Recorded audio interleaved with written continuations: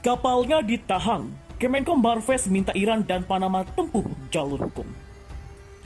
Penahanan kapal tanker MT Horse berbendera Iran dan MT Freya berbendera Panama oleh Badan Keamanan Laut atau Bakamla RI di perairan Pontianak pada Minggu 24 Januari lalu masih menyisakan polemik yang berkepanjangan.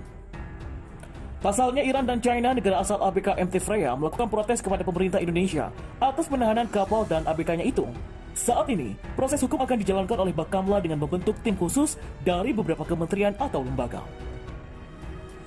Menanggapi itu, Deputi Bidang Koordinasi Kedaulatan Maritim, Kemenko Maritim dan Investasi atau Marves, Basilio Dias Araujo, menyatakan dukungannya kepada langkah yang ditempuh oleh Bakamla. Kemenko Maritim dan Investasi yakin bahwa tindakan yang dilakukan oleh Bakamla telah sesuai dengan prosedur hukum laut internasional, UNCLOS, dan juga ketentuan hukum nasional dan menyatakan tidak pantas dan tidak patut bagi negara yang telah mengesahkan UNCLOS untuk melakukan tindakan seperti ini di perairan negara lain. Kata Basilio kepada Samudranesia pada Minggu hari ini.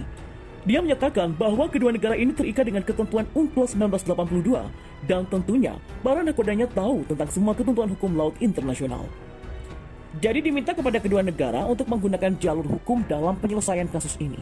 Dan kepada Bakamla diminta untuk menuntaskan kasus ini sesuai dengan aturan hukum nasional dan hukum internasional yang berlaku. Kemenko Maritim dan Investasi mendukung seluruh proses hukum yang sedang berjalan. Jelas Basilio.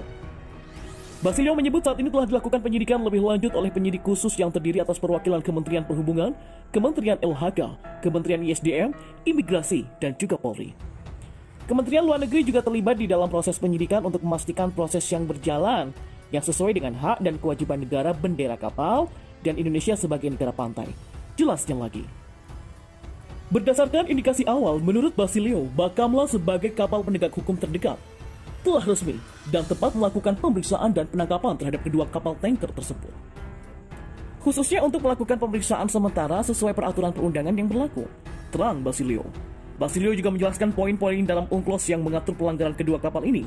Penangkapan kapal Iran dan Panama itu dilakukan di perairan Kepulauan Indonesia di sekitar 0006 derajat 04 lintang selatan sampai 10709 derajat 59 lintang timur. Penangkapan dilakukan dikarenakan kedua kapal tersebut diduga melakukan tindakan ilegal di perairan Kepulauan Indonesia. Indikasi awal tindakan ilegal dimaksud antara lain berhenti dengan tujuan tidak sesuai ketentuan pasal 18 UNCLOS, melakukan bongkar muat ship-to-ship tidak sesuai aturan PEMRI dan UNCLOS, dan juga menyembunyikan identitas dengan mematikan ais, menutup nama lambung kapal dengan kain, tidak mengibarkan bendera kapal, bebernya.